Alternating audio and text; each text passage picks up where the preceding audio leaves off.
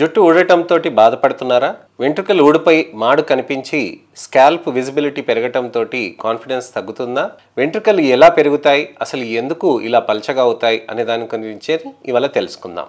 నేను మీ doctor Raj Kireet, Celestee skin laser and hair clinic Jubilee Hills మరియు కోకాపేట్లో chief and founder dermatologist and hair transplant సర్జన్గా ప్రాక్టీస్ చేస్తున్నానండి.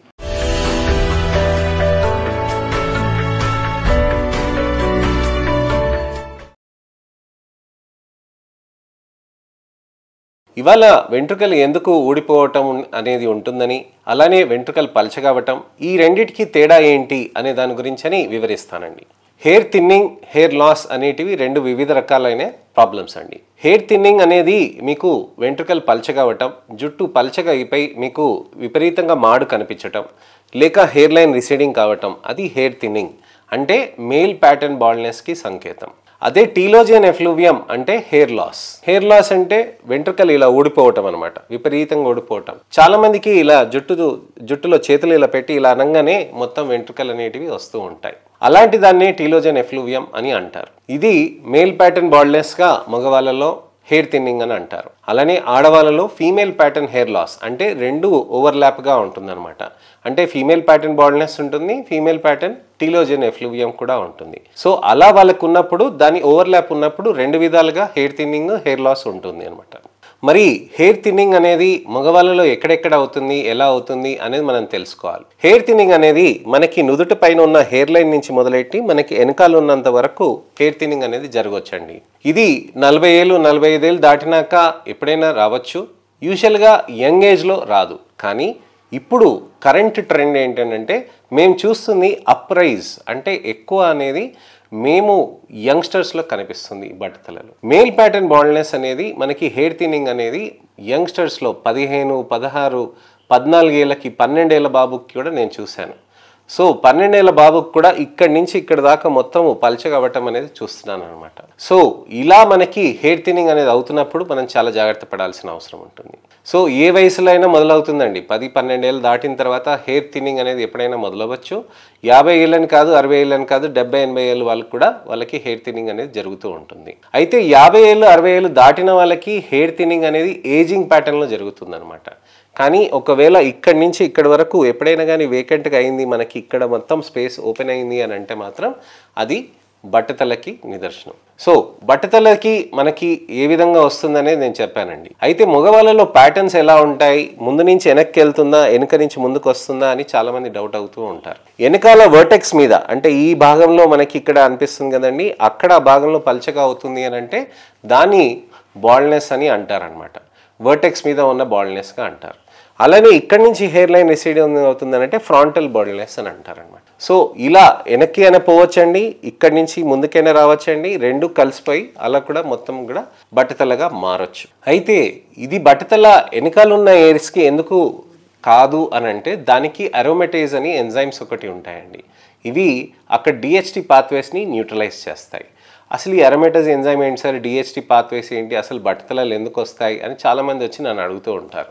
బట్టతలలు అనేది జన్యుపరంగా మేల్ ప్యాటర్న్ బాల్డ్నెస్ అనేది 10 తరాల్లో ఎవరో ఒకరికి ఉంటే గనక తప్పకుండా అది వచ్చే ఛాన్సెస్ ఉంటాయి. ఒకవేళ మీ మేనమామయ్యకి ఉంటే కనుక, బాబాయ్కి కానీ, పెదనాన్నకి కానీ, తాతయ్యలకు కానీ ఎవరికైనా కానీ ఉన్నప్పుడు పల్చగా ఉన్నప్పుడు ఇక్కడ వెంట్రుకలు వెనక్కి పోతుందని అంటే అది సంకేతం అనమాట. ఇక్కడ పల్చగా అయిపోయి జుట్టు వెంట్రుకలు కూడా ఇక్కడ అంతా మాడు కనిపించేటట్టుగా అయిపోతుంది అనమాట. అలాంటప్పుడు మనం మంచి ట్రీట్మెంట్స్ అనేటివి ఉంటాయి. మంచి మినాక్సిడిల్, ఫినాస్ట్రైడ్ కాంబినేషన్స్, డిటాస్ట్రైడ్ కాంబినేషన్స్, అలానే మీకు న్యూట్రిషనల్ సప్లిమెంట్స్, పిఆర్పి, మీసో, జిఎఫ్సిస్, మీసో డిటాస్ట్, మీసో బైకాలిటమైడ్, అలానే హెయిర్ స్టిమ్యులేటింగ్ రివైవ్ థెరపీస్ కూడా ఉంటాయి అనమాట. ఎక్సోజోమ్స్ థెరపీస్ అని కొత్తగా కూడా లాంచ్ చేసామన్నమాట. రీసెంట్గా మేము ఎక్సోజోమ్స్ లాంచ్ చేసిన దాంతో రిజల్ట్స్ ఇంకా చాలా బాగా వస్తున్నాయి అనమాట. సో ఈ విధమైన ట్రీట్మెంట్స్ అనేటివి మనం చేసుకొని మంచి రిజల్ట్స్ అనేటివి కూడా సాధించవచ్చు. బట్టతలలకి మంచి ట్రీట్మెంట్స్ ఉన్నాయండి. బట్టతలలకి ఎప్పుడైనా ఇబ్బంది పడుతున్నారని అంటే ఎర్లియస్ట్ సైన్స్లో మీరు వచ్చి ట్రీట్మెంట్స్ చేసుకుంటూ ఉంటే ఉన్న వెంట్రుకలు అనేటివి గట్టిగా నిలబడుతూ ఉంటాయి. సో వెంట్రుకలు అనేటివి మంచిగా ట్రీట్మెంట్స్ చేసుకుని లైఫ్ స్టైల్స్ మార్చుకుంటే మంచి రిజల్ట్స్ ఉంటాయి. మరి మేల్ ప్యాటర్న్ బాల్డ్నెస్కి జన్యుపరంగానే ఉంటుందనంటే ఇతరత్ర కారణాలు ఉంటాయనంటే లైఫ్ స్టైల్ అండి. సరైన టైంలో నిద్రపోవాలి, సరైన టైంలో ఆహారం తినాలి, మంచి పౌష్టిక ఆహారం అనేది తీసుకోవాల్సిన అవసరం ఉంటుంది. ఎలాంటి పౌష్టిక ఆహారం సార్ అని అడుగుతూ ఉంటారు. స్ప్రౌట్స్ మొలకెత్తే గింజలు, సోయాబీన్ చంక్స్. మొలకెత్తే గింజల్లో సోయాబీన్ చంక్స్లో మీకు చాలా అమైనో యాసిడ్స్, విటమిన్స్ అనేటివి చాలా బాగా దొరుకుతాయి. మంచి న్యూట్రిషియస్ సోర్స్ అనమాట స్ప్రౌట్స్, సోయాబీన్ చంక్స్. అలానే గ్లాస్ ఆఫ్ మిల్క్ అని అంటాను. పాలు ఒక గ్లాస్ తాగితే 2 కాల్షియం టాబ్లెట్స్ వేసుకున్నట్టుగా. అలానే మీకు ఇంపార్టెంట్ వచ్చేసి రా వెజిటబుల్స్, గ్రీన్ లీఫీ వెజిటబుల్స్ అంటే ఆకుకూరలు. ఇలాంటి ఆకుకూరలు అలానే మీకు గ్రీన్ సలాడ్స్గా చేసుకొని తినటం అనేది మీరు అలవాటు చేసుకోవాలండి. మీ పిల్లలకి కూడా అలవాటు చేయాలి. కొద్దిగంత అలవాటు చేయాలి.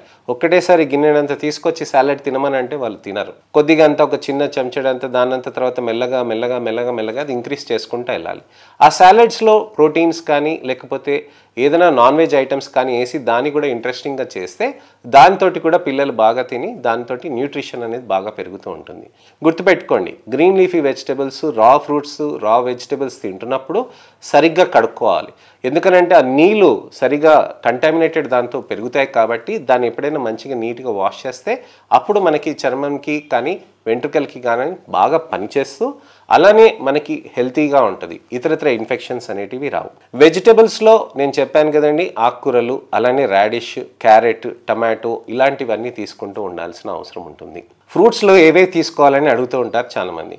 ఫ్రూట్స్లో వచ్చేసి పొమోగ్రానేట్స్, దానిమ్మ గింజలండి చాలా బాగా పనిచేస్తాయి. జామకాయలు అలానే మీకు చాలా మంచిగా పనిచేసేది అంటే యాపిల్స్, అవకాడోస్, బెర్రీస్ కూడా. ఇలాంటివన్నీ తీసుకుంటుంటే మీ చర్మంలో కొల్లాజన్ కూడా పెరుగుతుందండి. అలానే తలపైన ఉన్న కొల్లాజన్ కూడా మనకి తల స్కిన్లో ఉన్న కొల్లాజన్ కూడా చాలా మంచిగా రిజల్ట్స్ వచ్చేటట్టుగా కూడా వస్తుందన్నమాట. ఈ విధంగా ట్రీట్మెంట్స్ మనం చేసుకుంటూ అలానే డైట్ మనం చేసుకుంటూ కంట్రోల్ చేసుకుంటే మంచి రిజల్ట్స్ అనేటివి వస్తాయి. అలానే మీకు ఎటువంటివైనా డౌట్స్ ఉన్నా, సందేహాలున్నా, అపోహలున్నా తప్పకుండా నాకు కామెంట్ సెక్షన్లో పెడితే తప్పకుండా నేను మీకు వీడియో రిప్లై కానీ టెక్స్ట్ రిప్లై కానీ నాకు సమయం దొరికినప్పుడు నేను చేస్తాను. నెక్స్ట్ వీడియోలో మీకు మంచి థెరపీస్ ఏ విధంగా పనిచేస్తాయి, మేల్ ప్యాటర్న్ బాల్డ్నెస్ ఉన్నాయి అన్నప్పుడు మీ పిల్లలకి కానీ ఎవరికైనా ఉన్నప్పుడు ఎలాంటి ట్రీట్మెంట్స్ చేయించుకోవచ్చు అనే దాని గురించి నెక్స్ట్ వీడియోలో వివరిస్తానండి.